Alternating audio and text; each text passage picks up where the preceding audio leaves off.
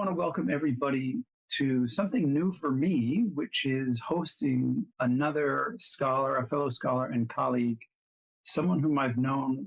Mike, I met you, I think 5 or so years ago at a Society of Biblical Literature meeting. I don't know if we I did think this was dialogue beforehand. pre-COVID. Pre-COVID, yeah, I don't remember anything Yeah. pre-COVID, unfortunately. It's just a black hole. But I'm here with Michael Kok, Michael J. Kok, who is New Testament lecturer at Moreland College at the Perth campus. And Michael is a really excellent scholar. He and I have some overlapping interests. Mike's most recent monographs are the tax collector to gospel writer, Patristic Traditions about the Evangelist Matthew, which came out from Fortress in 2023. He's also got The Beloved Apostle, The Transformation of the Apostle John into the Fourth Evangelist, and Gospel on the Margins, which I guess was my first introduction to Mike's scholarship. Excellent book, The Reception of Mark in the Second Century. And I suppose, given his trajectory, we should expect something Luke-ish in the next 10 years or so. It might be a while. I have to learn all about Marcion and Luke before I try my hand at that. Well, you are pleasing my ear, because I don't do anything with Luke without Marcion. So, but yes, that's another story. Here, we're actually going to talk about another very, very important figure who is super important for understanding the gospel history, and that is the figure of Papias of Hierapolis. And Mike has done some excellent research on this recently in his Matthew book. And we've got a recent edition of Papias from Stephen Carlson. And so a lot of interesting things are happening. So Mike, welcome. It's great to have you. How are you doing? Yeah, thanks for having me on. I appreciate it. I would say the only other better time would be if we rediscovered Papias, and then we'd see where we all got it wrong at some level. But we're just working with quotes and other allusions to what he may have written. But I appreciate getting a chat about it. If we rediscovered Papias, I'm hoping that we wouldn't conclude the same thing that Eusebius did, that he is an idiot. I'm hoping we would discover him to be a very intelligent writer. And fingers crossed, right? He'll probably be in the same manuscript as Marcion's Gospel in Q, I imagine. But yes. In terms of importance, yes, definitely. I think Eusebius is a bit unfair to him because Papias loved the idea of a future millennium that was going to come to the earth, and the earth was going to be remade. And that idea was not so popular in Eusebius's day when Christians became the Roman Empire. So I think Eusebius was like, Papias misled everyone about the millennium, even Irenaeus, and that's why he's not very intelligent. So not too fair that what he said to him. Yeah. Well, again, it just raises the question, right? Like, we've lost so much. My impression, and I do think Eusebius is unfair to many, many people, but yeah, my impression is there was a lot in that book. And when Eusebius read books, I'm not sure how thoroughly he read them. He was a great excerpter. He seemed to have been very good at founding what he liked.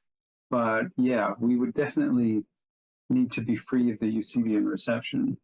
But we're getting ahead of ourselves. Let me ask, so who was Papias, and what's his book or set of books, and what's the significance of that? Sure. So Papias was a bishop of Hierapolis, or at least I think Eusebius tells us he was a bishop. He tends to be dated somewhere in the early 2nd century, and we can get more specific later in the chat. He might have he's said to have written a book in 5 volumes called The Expositions of the Oracles of the Lord. We don't have this book anymore, so it didn't survive, but it's quoted by Irenaeus, a bishop at the end of the 2nd century, and by Eusebius, a historian in the 4th century, and then later church leaders quote or allude. And I think the traditions get less and less reliable into the Middle Ages when they're talking about what Papias may have said and putting things on his lips. But the reason why it's important is he covers a lot of interesting traditions that I'm sure we'll get into, but he's probably our earliest written source about what people are saying about the evangelists Mark and Matthew. So Mhm. he might have been the basis for some of the earliest traditions about the authorship of the Gospels. That's why so many scholars talk about Papias today. Mhm. Yeah, well, he also supposedly mentions First Peter, First John. So he's attesting other things. Interestingly, really nothing about Luke or John. Why not? Yeah. So I guess part of it might be the question of when he dates to. So I date him pretty early in the 2nd century. So it's possible he just doesn't know Luke yet, depending on when you date the writing of Luke. So I do think he knows Mark and Matthew, and Eusebius tells us First Peter and First John.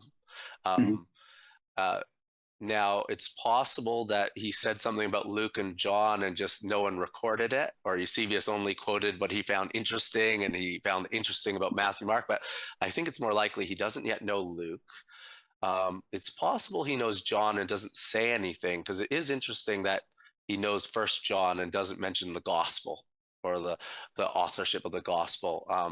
But it's possible that the First John and the gospel did not circulate together at the same. So that makes it possible for him to know one and not the other. Um, there is a debate more about John's gospel, because some people think that Papias, his authority is this figure called the Elder John, and some scholars think that that was the author of the Gospel of John. I don't agree with that, but some will defend that view. And when Papias talks about Mark's Gospel not being in order, sometimes scholars say, well, maybe he's comparing it to John's Gospel because it has a really structured, chronological, it organizes a lot of Jesus' ministry according to festivals that happen in Jerusalem. So perhaps, and it has a different arrangement of the material than Mark's gospel does. So some people think that Papias might have been comparing Mark to John, but I think it makes more sense that all he mentions is Mark and Matthew. And Mark Hmm. is not in order, Matthew is. So I think those are the only two gospels he comments on. We can't be certain how he might have used John if he knew it, and I don't think he knew Luke. Oh, okay. Well, we'll get back to these gospels in a second, but why do you think he's early? Is it around 100 that you say? Because there's been scholarship in the past that would put him even mid 2nd century, Mm. possibly Hadrianic or Trajanic. Around 110 is where Stephen Carlson puts him. But if I'm not mistaken, it's around 100 for you. So what are your thoughts there? Yeah, I used to be within a decade there. So I think there's a number of commentators that are now putting him between 100 and 110. A few reasons for this is it kind of seems to align with Eusebius's dating of Papias. Um, so he seems to say that Papias was getting famous around time Ignatius of Antioch and Polycarp were, but in his wider section of his history book, where he's talking about the reign of Trajan. So that's kind of a first clue. Um, so I know you've done more work on the date of Ignatius than I have, so we could talk about that. But that Trajan's reign is nine. It starts in 98 CE and it goes. Oh, I'm trying to think. 117. Yep.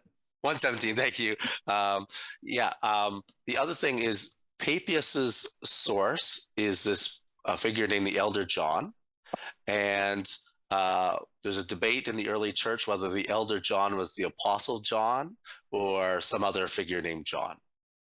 Now, because some people think it's the Apostle John, there's traditions about the Apostle John living until the early years of Trajan's reign. So in Eusebius's Chronicon, he puts John's death around the year 100, which is the 3rd year of Trajan's reign. So, but if some people were confusing the Apostle John with the Elder John, it's possible that it's really this Elder John who lived into Trajan's reign and died around 100. Now, when Papias refers to traditions from the Elder John, he speaks about things the Elder John is saying. The other disciples of the Lord, he speaks about what they said as if they had now died. But the Elder John, it's kind of what he's saying in the present. So I wonder if when Papias is writing, the Elder John is still alive. at this point. So those are some of the clues of dating him. The other reasons for dating him early is possible. That explains why he might not use Luke or John yet. It explains why he doesn't refer to figures that become more prominent in the 2nd century. So figures like Marcion, like Valentinus or Basilides. I don't see in his polemic any attack against theological views that these figures had about an inferior creator God. So it's possible Papias was writing before some of these figures were actively ministering. I'm trying to think if there's, I think those would be the main arguments. Irenaeus in the late 2nd century calls Papias an ancient man. So these are some of the clues. Yeah. Well, let me pick your brain a little bit more on that, because if it's the case, and even Eusebius says this, that the elder John and the apostle John are different dudes, why do we think that the elder John, or why would we think that the elder John would be a contemporary of the apostle John? I could imagine a scenario of elder or presbyteros just meaning an older type gentleman, which, you know, would be like 50s. So this older type gentleman named John, who's not the apostle, why would he need to be super old in the reign of Trajan? Why couldn't he be born, say, around the year 50? So he'd be 50 years old at the year 100, and he lives until, you know, 120. So, I mean, what's holding us? What is there anything that's making us think that the elder John and the apostle John would be the same age? Sure. So I think the source of the confusion is Papias. So Eusebius quotes his prologue, and it's a really convoluted, worded prologue. So basically, Papias says he wants to learn from the elders. And inquire. He says he wants to inquire and ask about the words of the elders, and then he says what Peter and Andrew and James and John, and he lists like 7 disciples of that group of 12 apostles. Right? He wants to learn what they said, and then he adds also what the elder John and Aristion, and then he calls them disciples of the Lord too, what they were saying. So the reason it's so complicated is you could decipher that prologue in a few different ways. One way you could say is the 7 disciples of the Lord, like Peter and Andrew and the like, they had mostly died, right? That's why he's asking what they had once said. But that John was the one who lived longer than the rest. And so Papias is referring back to that apostle John and calling him the elder. He's a really old man by this point. And therefore, there's only one John. It's the apostle who's giving Papias the tradition. So the apostle is the one. He's the one apostle who's still living in Papias's time when Trajan is ruling and that sort of thing. The other possibility. Oh, and I guess the other thing I should add is when he's asking about the words of the elders, you could say the elders is the same group as the disciples of the Lord, because they'd all be much older than Papias would be, right? But the other possibility is you could say the elders were some older figures who were passing down traditions of what the original disciples said. So all 7 disciples, including the apostle John, were now dead at this point. Papias is interviewing people who followed living elders about what traditions those original disciples had said. And a couple people who are still alive are the separate John called the elder John and Aristion. I lean towards the second view, that the elder John is separate from the apostle John. One reason, it seems like Papias, that he seems to suggest that the other John died. And that aligns with what Jesus says in Mark, that John and his brother James will drink his cup and share his baptism. So it seems to imply they actually had a violent death. But the elder John is also grouped with this person named Aristion. And it's like, we don't have any record of Aristion living, like being one of the followers of the historical Jesus. Aristion's not even called an elder like this second John is, so he might not even be as old as the elder John. So that seems to imply that the elder John, Aristion, are these like second generation followers of Jesus. So the elder John, I don't think he has to date in the lifetime of the Apostle John. I think he could be a later follower along with Aristion, and that Papias uses the word disciples of the Lord more inclusively for followers of Jesus, not just the ones who are the followers in Jesus' actual ministry. And I just go with Eusebius about if there was an accidental confusion between the elder John and the Apostle John, it was really the elder John who died in the early years of Trajan's reign. So I think that's what happened. Irenaeus confuses. So Irenaeus just thinks Papias is a disciple of the Apostle John. I think Eusebius originally thought that, and then he read the prologue for himself in his history and said, no, these are two different people, like you said. Correct me if I'm wrong. So Eusebius knows that they're two different people, but and he believes that the Apostle John dies in the early reign of Trajan. But does he say separately that the elder John dies at exactly the same time? Well, this is what I think is the confusion is, because these two figures, the Apostle John and the elder John, had been conflated together by, figures like Irenaeus. That's where they're getting the tradition that the Apostle John lived to Trajan's reign.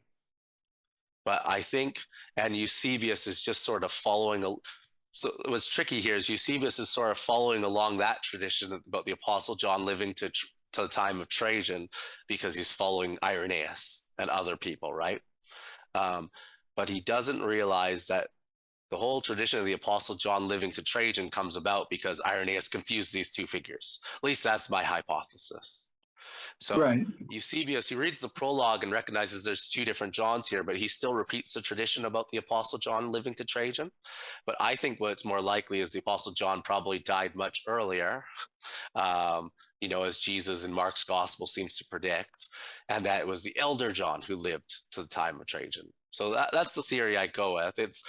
You could put together the evidence in other ways. I admit that's possible, but since Eusebius is the one who is able to distinguish them, like I would think that theory was more plausible if it was Irenaeus who was our only evidence. But since Eusebius is the one who carefully distinguishes an elder from the Apostle John, and even blames Irenaeus for not making that distinction, wouldn't it be the case that Eusebius wouldn't be confused, that Eusebius wants to get the Apostle John to live as long as possible. And so he's really not making any comment at all about when the elder John dies. I mean, he's just not making any comment at all. In other words, what I'm envisioning is this scenario. What do you think of this? So Aristion and the elder John are second generation disciples. They could have lived till the year 130 for all that we know. I mean, they could have been born in 50 or 60 even and died at 130. We have no report about their birth. We have no report about their death. All that we know is that they're contemporaries of Papias. So I guess what often confuses me as a fellow scholar about Papias scholarship is, why do we want to pinpoint that date so firmly? I think that really Papias, you should have a much greater range between 100 and 130.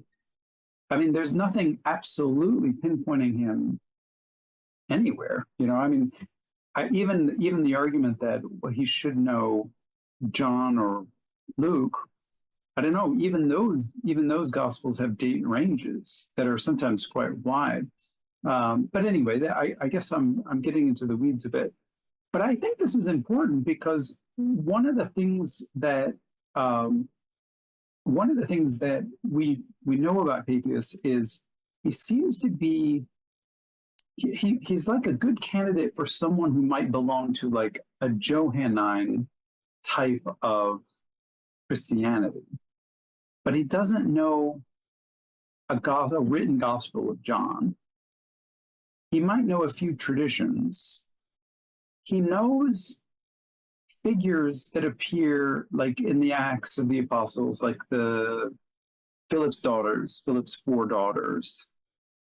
I wonder if what's going on here is that Papias is a source for the author of Acts. What's your take on that? Sure. If I could actually go back to one more thing just about the date Oh, and sure. about, because I do get what you're saying about dating Papias from 100 to 130. There are some scholars who, yeah, that would be the window. Some would date him later. Probably what used to be one of the pieces of evidence that some would date him more to 120 or 130 is there used to be thought that Papias said something about people who had been raised from the dead who were living to the time of the Emperor Hadrian, which would date him after the reign of the Emperor Trajan into the 120s, 130s. But now scholars are pretty unanimous. Maybe there's some who disagree, but that it wasn't Papias who said this, but it was another apologist named Quadratus. Who talked about, he wrote an apology to the Emperor Hadrian and said people who were raised from the dead are living in their own time. And so that argument has been used to date Papias a bit later, and that kind of is taken off the table. So, I mean, I would still probably at least argue for a Trajanic date for Papias. Yeah, definitely. But it takes you up to 117. I mean, it's just hard for me because I've been recently doing, as you know, a lot of work on gospel dating. I'm often struck by how exact scholars can be when we have no exact information. Like there's no upper limit, there's no safe upper limit. Is like saying that it must be prior to Trajan's death. I mean, it just doesn't exist. If your reading is correct, that that Papias is not talking to Jesus's apostles, who are presumably all died, the seven that you mentioned. That the people he's interviewing are a group of people who are passing on, let's say, a body of oral tradition that they're hearing secondhand. And what's happening is that these people, Papias he's not like a journalist, but he's not going out and doing research and like interviewing, the people who knew Jesus. He is claiming that these people who knew the people who knew Jesus would occasionally visit him. And Hierapolis, I mean, we can say he's from Hierapolis, but I think it's only Eusebius who says that he's from Hierapolis. But let's say he's from Hierapolis.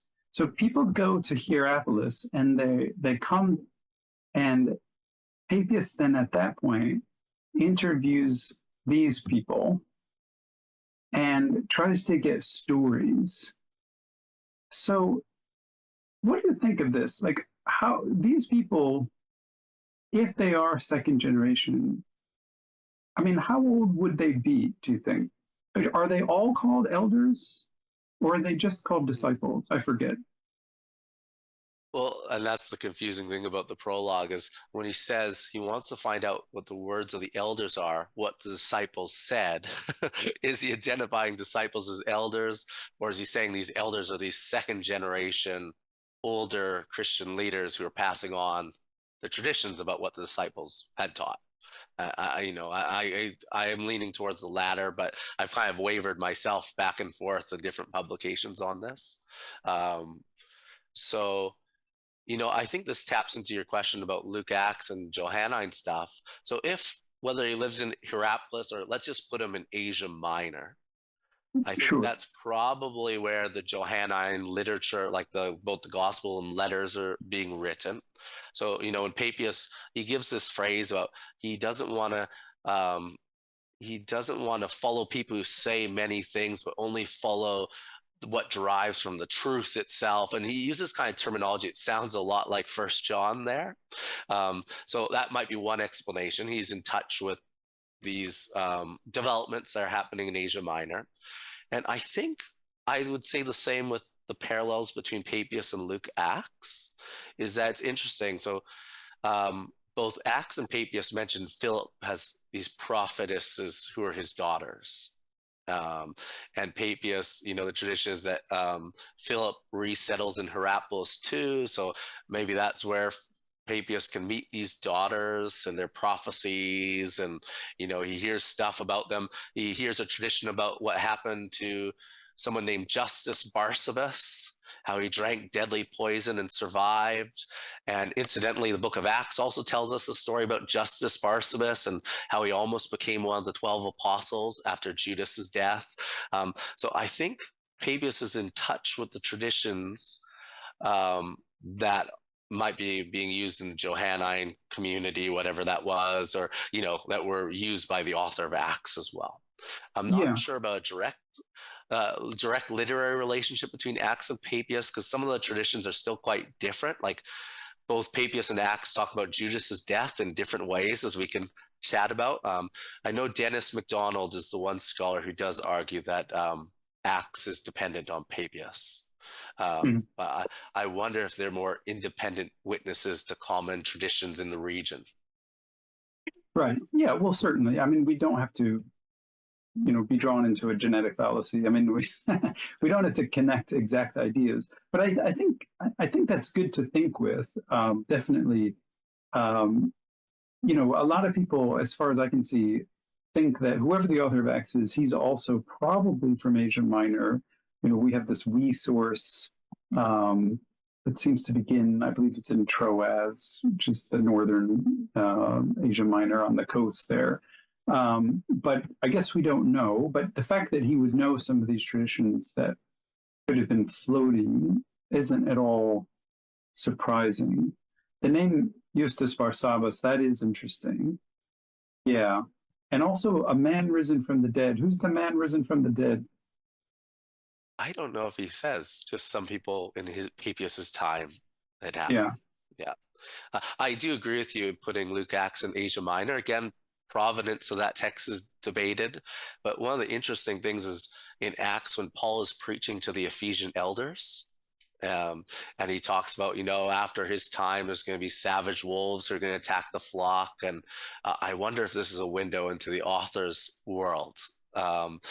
And that so much happens in that region in the book of Acts that's where I would lean in putting, and that might explain the parallels with Papias, but unfortunately can't be proven. But right. All right. Well, I think most scholars, if I'm not mistaken, do believe that Papias is referring to the Gospel of Mark when he says that there was a guy named Mark, and he wrote down Peter's, I'm not sure, does he say preaching, or is it just traditions that are not in order? And then it's preaching. Yep. Is it preaching? Yeah.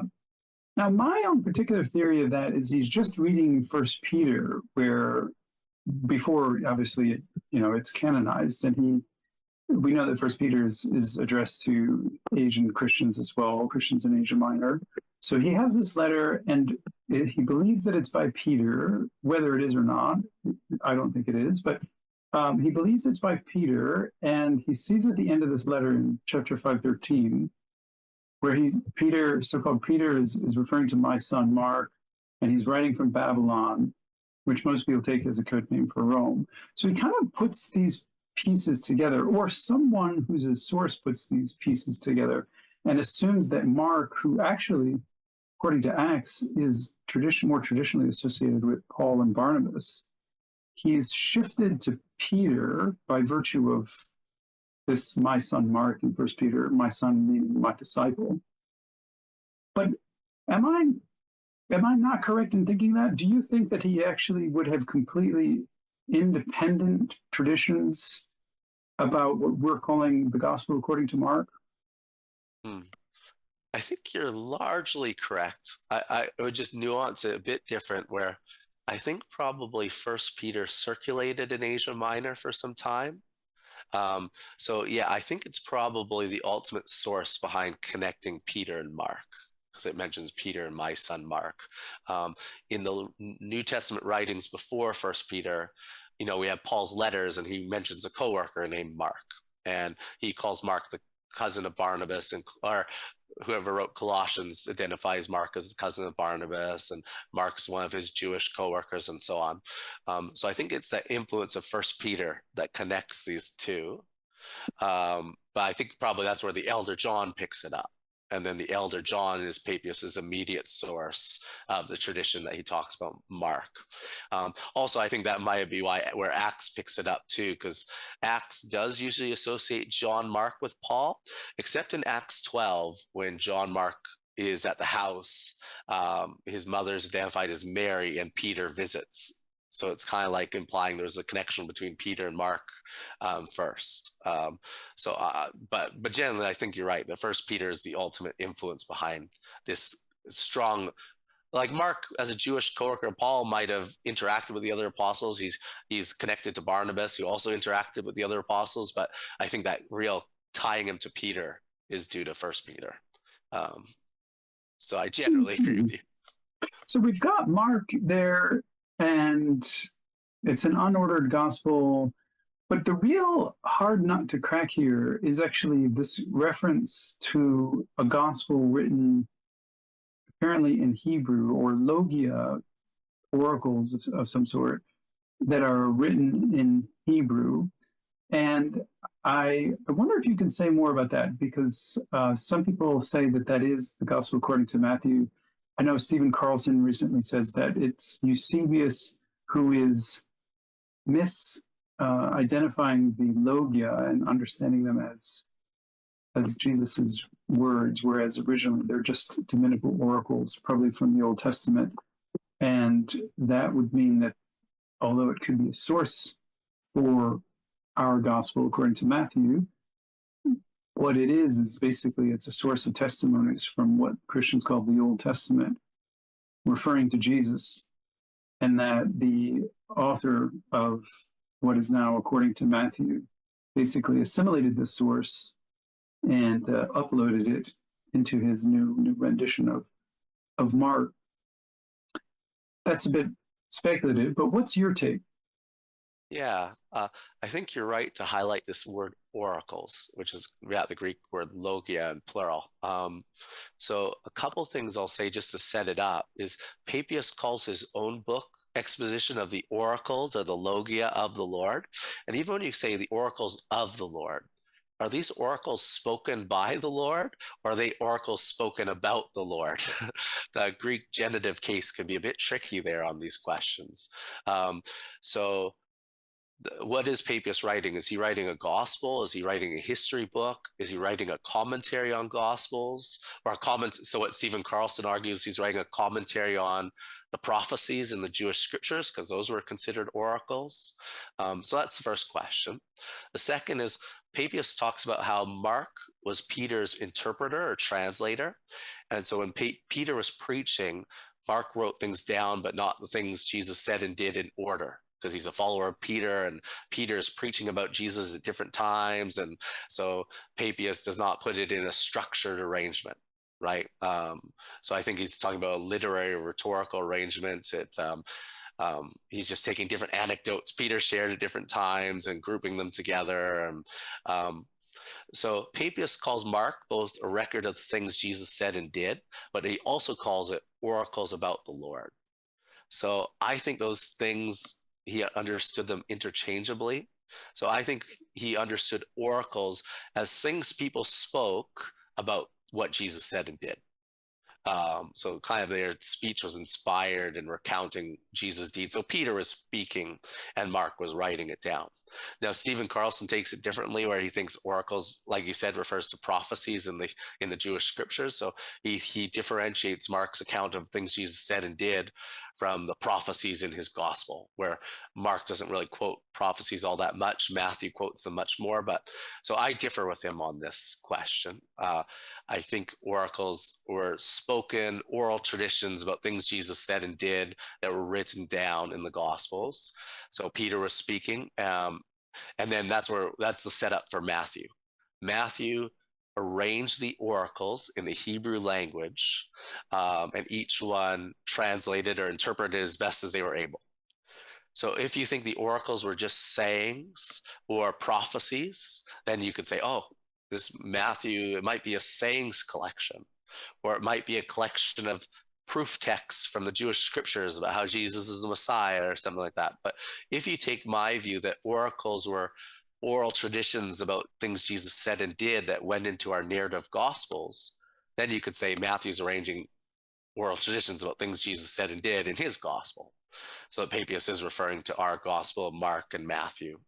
I think he's wrong about the language of Matthew. Maybe we'll talk about that separately. But so I do think Papias is comparing our Mark and our Matthew, or some version of them. Well, how could he make But you that can see why such an there's a egregious debate. mistake, though? I mean, why would he say that they were written in Hebrew? Like, that's an egregious mistake. I mean, I don't know. What are your Yeah. thoughts? Is there any rationale? Yeah, no, I totally get that. If you want to say he's referring to something else, you could say that. Like it's a collection of, yeah, prophecies or sayings that were originally in, probably thinking Aramaic. When he says Hebrew language, he's probably thinking the dialect Jesus spoke. Um, but the reason I think he gets this wrong, so our text of the Gospel of Matthew is a Greek text, and it's copying Mark's Gospel, which is also a Greek text. In fact, it improves Mark's Greek grammar, so it doesn't look like it's a translation. So if Papias is referring to our Gospel of Matthew, he's made a mistake here. But I think it's a natural mistake because, one, he's claiming that these Gospels were written by apostles whose natural language was Aramaic. Because remember, he's claiming that Peter spoke and Mark translated it and wrote it down. So he also thinks Mark's Gospel goes back to an original Aramaic sources or things Peter said in his language that were translated into Greek. I think he also thinks, Matthew's Gospel appears to have a Jewish audience in mind. Like it constantly quotes, this is what's done to fulfill the scripture. So he's probably just making an assumption. Well, of course, if it's written by the apostle Matthew and it was written to his fellow Jews and it wants to tie Jesus' story into the Hebrew Bible, he must have written it in the Hebrew language before it was translated into Greek. So I think it's an honest mistake. But I get what you're saying, that if you think he had access to some Aramaic writing, maybe he's referring to something else that Matthew wrote, some other collection of oracles. The only tricky thing, let's say you imagine it's a sayings collection. So this is where you get scholars who believe that Matthew and Luke copied Mark's narrative, and then they have a number of sayings in common. So some scholars, that's where the Q theory comes from, that Matthew and Luke have a second source that was mostly composed of Jesus' sayings, because that's a lot of the material that's common to them that's not found in Mark. The problem is, even with that source, a lot of the sayings, Matthew and Luke copy them word for word, like they agree word for word in Greek. So it seems to imply that at least some of those sayings were derived from Greek. Because usually if they were independently translating an Aramaic source, you wouldn't have that word for word agreement between Matthew and Luke. So that makes it unlikely that Papias is referring to something we would call Q. And the issue with maybe Papias is referring to the prophecies in Matthew's gospel, there's some debate about what text Matthew is citing, but at the very least, when his very first citation or I don't know if it's his first one, but he quotes the Greek Septuagint too. So the Jewish scriptures were translated into Greek. And so when Matthew wants to talk about how Jesus was born of a virgin, he quotes a Greek translation of Isaiah, where it talks about a virgin being with child, which is found in the Greek translation. So even then we're dealing with Greek. So I think whatever you say, Papias must have made a mistake in whatever source he had. He mistakenly assumed it was derived from Hebrew. Well, this is fascinating, and I think it's super important because I think a lot of people, maybe on the conservative side, they want to hang a lot on Papias. And it strikes me that when we think about reliability, for him to make this egregious mistake, even though he was in contact with, let's say, disciples of the apostles. So he's getting information from Aristarchus and John and the elder John, who supposedly knew the direct disciples of Jesus. And so somewhere along that chain of tradition, which isn't a very long chain, somebody told Papias, or Papias himself maybe wrongly intuited. But I mean, I would suggest a more charitable reading is somebody told Papias that the Gospel of Matthew is written in Hebrew or some sort of Semitic language. So it's an assumption being made very early, but it's also very, very wrong. I mean, demonstrably wrong. One of the things that struck me, something in Stephen Carlson, that even if we assume that Papias' sources are entirely reliable, and I don't think we can because of a mistake like this, but even if we did, we would have to be also concerned about Papias' own interpretation of those things that he heard. You know, it's a bit like the telephone game, that at every stage there could be some sort of misunderstanding or some wrong assumption placed in. If you were a very, very, very, very strict skeptic, I think you might say something like this, that if the disciples of the apostles got this wrong, they could have gotten anything wrong. And so, in fact, there's really absolutely, you know, it's virtually nil in terms of the reliability of any of the tradition. But what are your thoughts on this in general about reliability? Because Papias, again, being called an idiot by Eusebius, when Eusebius, you know, has every reason to love this early figure who gives him, you know, these breadcrumbs, these scraps of information that he's clawing at for anything he can find about the Gospels. But still, he's an idiot. What's your sense of reliability here? Yeah. So I guess we just have to critically test what Papias says and just compare it to the internal evidence of our Gospels, and so try to not discredit him. Like, obviously Eusebius discredits him because he's unhappy with Papias's views about the millennium, and I think the reason, so Irenaeus reports Papias's tradition about how in this 1,000-year reign of Christ, the earth will be bountiful, and you know, it's this paradise. But that becomes less popular in the 4th century because, like for Eusebius, I think the issue is now that we are the Christian empire, why do we need this 1,000-year kingdom? Like, I think there's something a bit politically subversive about sometimes millenarian expectations, right? That Eusebius is a bit embarrassed by. So we had to put Eusebius's criticisms of Papias aside. I think my reconstruction of where he's getting these traditions is, so I think there was this elder John who came across the Gospel of Mark, which was anonymous, right? He has a letter purportedly from Peter that says, Peter and my son Mark. So he wants to attribute this anonymous gospel to Mark, Peter's interpreter. And he's a bit unhappy with how Mark's arrangement is. So when you look at Mark's gospel, it is very loosely connected. Like, he often connects stories with just this theme that's like, and immediately Jesus did this, or one Sabbath he was going there. So it's very, episodes are very loosely connected together. He groups things topically, like there was a bunch of parables in chapter 4.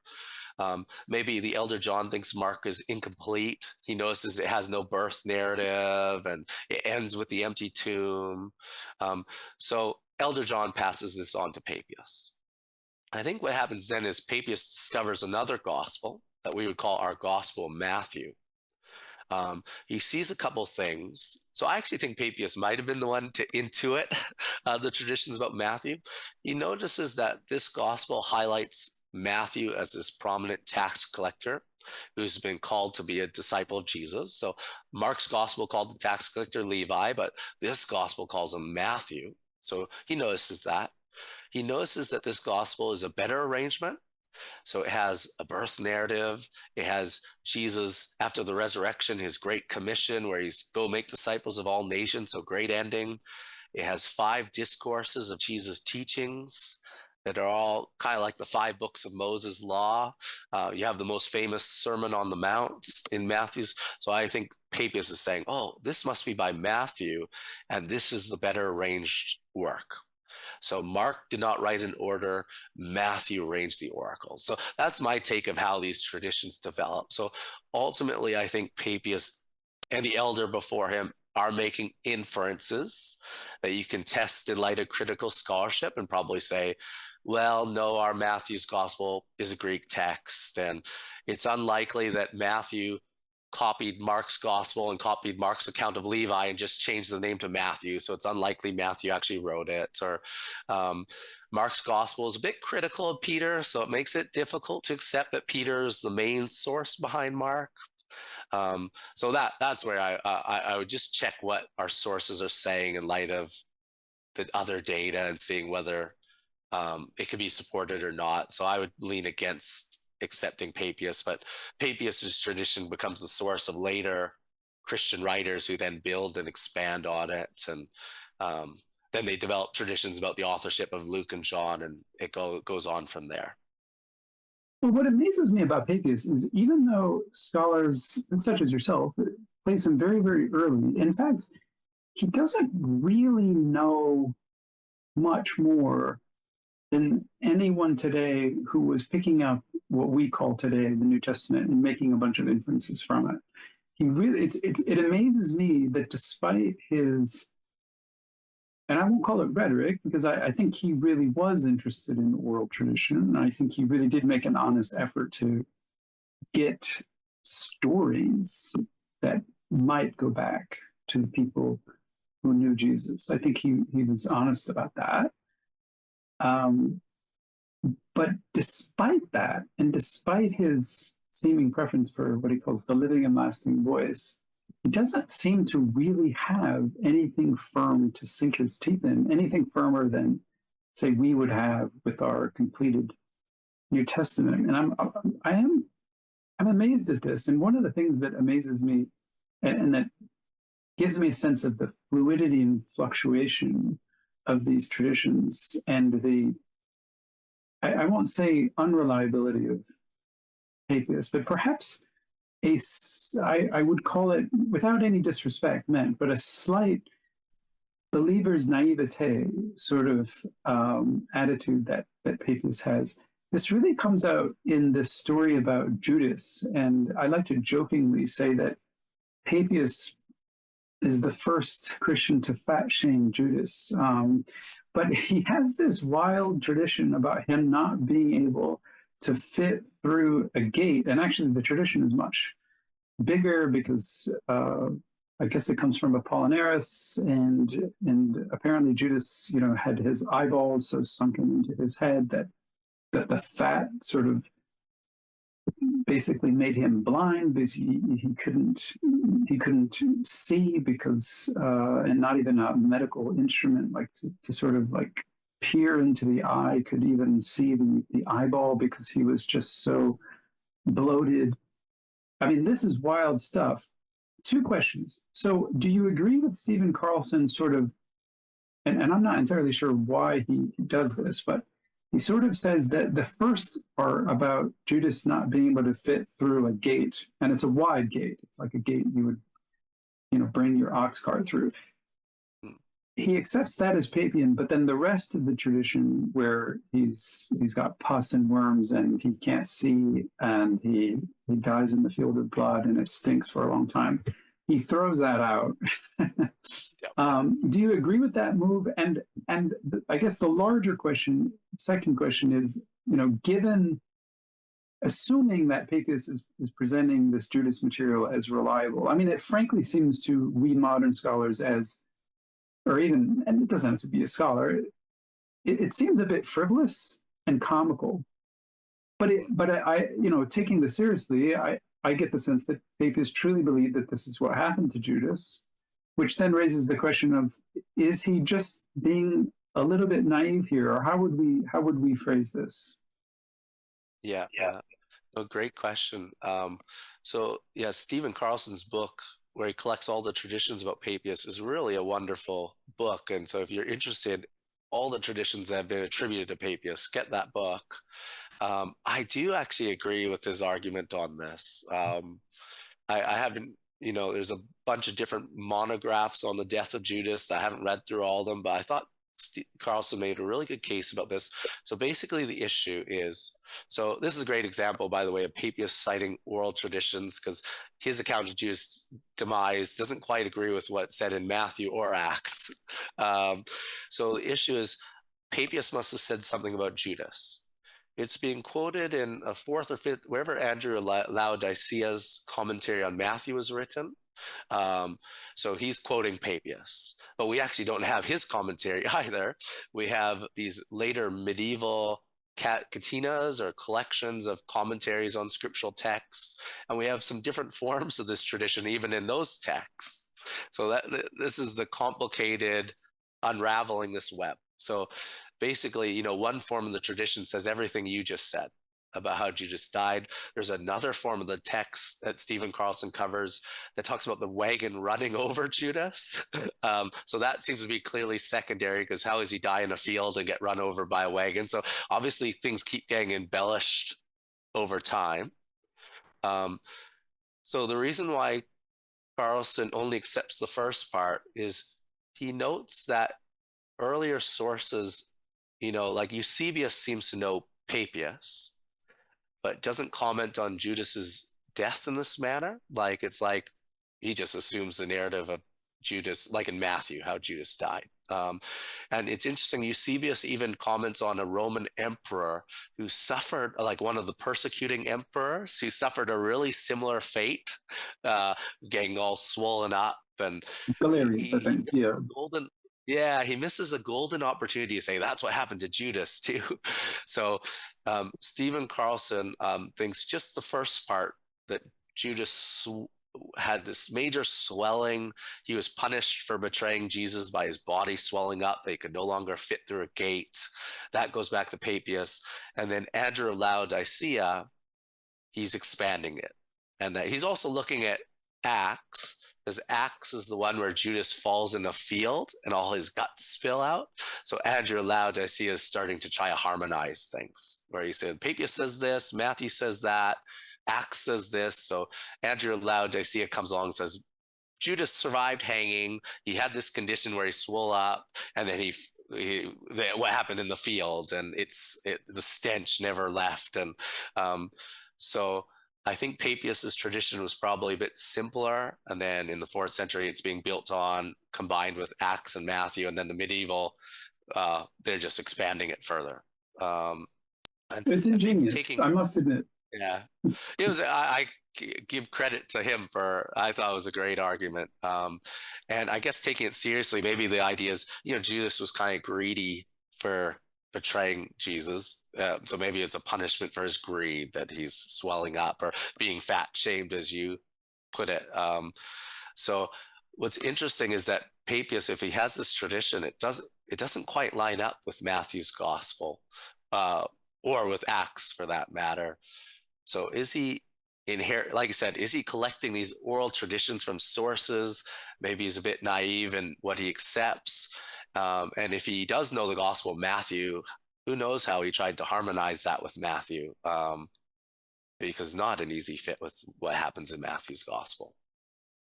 Yeah. All right.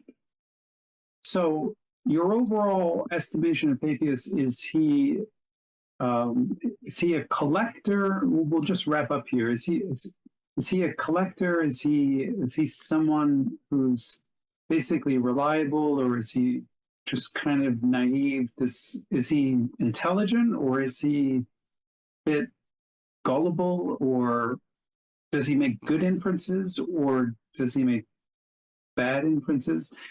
There's never a point at which he probably openly lies, but there might be points where he is stretching and straining. And we didn't talk about the reception of Papias, but there seems to be a lot of wishful thinking when it comes to reading Papias as a source, at least from my perspective. Well, what's your overall summation of, what can we use Papias for? Why is it important to know him? Yeah. So I think I like how you put it, that he's primarily a collector of traditions, that people are visiting him in Hierapolis that are somehow connected to various elders of the region who are passing on earlier traditions from the apostles. and he's taking them on board. And so he has traditions about Judas's death and Justus Barsabas and what Jesus said about the millennium, which doesn't quite sound like anything in the Gospels, but does sound more like an apocryphal Jewish text. He has a tradition from the elder John, who I think dates the early years of Trajan's reign, who's saying about Mark's gospel. He's making an inference about Matthew's gospel. So that's what I'd say. Not lying, just inheriting traditions of debatable value. Of course, some like, he talks about Philip's daughters, he's talking about what they said and what they experienced.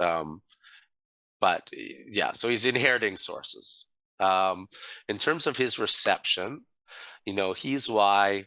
So when you get to the late 2nd century, Irenaeus repeats the traditions that Matthew wrote the gospel to the Hebrews in their own language, that Mark was the interpreter of Peter, who wrote after Peter's departure, which probably means death. So he's probably taking it from Papias, and then he's adding the traditions known in his day about Luke and John. So he's identifying the we in Acts with Luke, who's Paul's companion. He's identifying John as the beloved disciple who was at the Last Supper. So Papias, at least with Mark and Matthew, wins the day in the end. I think in the early 2nd century, some of the Gospels still circulated anonymously. Like when you look at some references to them, like in a Jewish text like the Didache, it mentions the Gospel but doesn't ascribe it to Matthew. But I think by the time you get to the latter half of 2nd century, Matthew and Mark are identified as, that becomes the consensus position. So, for most of history, that was just taken for granted. It wasn't until modern era said, oh, actually, these Gospels never identify their authors. And actually, this Gospel is a bit critical of Peter. Or this one doesn't look like it was translated from Hebrew. It looks like a Greek work that was dependent on the Greek text of Mark, that they began to be more critical of these traditions. So I guess what I would say is the traditions had a value in helping. They were like a lens that we used to interpret these texts. So it's always just worthy to test those lenses. So read the Gospels for yourselves and see, do Papias's traditions match it? And if you don't think so, see if we can read the Gospels better than they. We all have lens through which we read the Gospels. So whether you're dealing with 2nd century Christian or us today, and it's always worth testing the traditions we inherit and the lens we receive in light of the texts themselves. And then, maybe we'll discover Papias on some archaeological find, and we'll find out we were all wrong about some of the things he said and what Gospels he was referring to. And then we go back to the drawing board and read the texts and see if we could understand them better. Well, I hope we do find Papias, and I hope that he does not prove to be an idiot, because then what he said would be a tale told by an idiot. But I definitely think it would be great to read him for himself. And of course, it's also, to me, it's just so important not to prejudge him, even if you're not a millennialist. We shouldn't take the perspective of the Orthodox, the sort of the Eusebian perspective. I mean, let's be frank, that millennialism, it's kind of still here among Christians. I mean, it's always kind of been around. What you're saying really strikes a chord with me. I think it's a fascinating lens. And I think that lens is important, but he's also an insider and a believer. And so that lens would be fundamentally different than a modern critical lens of someone just kind of pursuing the text without assumptions. I think it would be too negative a reading to say that he put us on the wrong course. But in the end, I mean, when you're studying any kind of religious movement, you do listen to the insiders. It's not like you reject them. But yeah, in the end, we have the text ourselves. I guess that's maybe that sounds a bit too Protestant, but no, I can support that on several grounds, not just religious ones. But I just want to thank you, Michael, for telling us a bit more about Papias. I hope that for the audience, it has reinforced the idea that we need to study this very early 2nd century reception. And as I like to say, the 2nd century is the century where the not just you have the laboratory of Christian ideas where Christianity is truly invented, but it's a jungle of ideas and inferences. And the religion, it's exciting because these people are inventing themselves. And I think Papias is a great example of how they did that and how they went about doing that with so little information, surprisingly little information. But anyway, it's time to draw to a close. So I just want to thank you, Michael, again. And hopefully down the line, we can also let everybody know more and more about Michael's work. He's doing very important work. And if it's okay with Michael, I'll put some of his recent books and articles. I especially love the articles in the description of this video. And so hopefully he's got many of those online as well. So hopefully everyone here can check that out. Appreciate that. And thanks for having me on.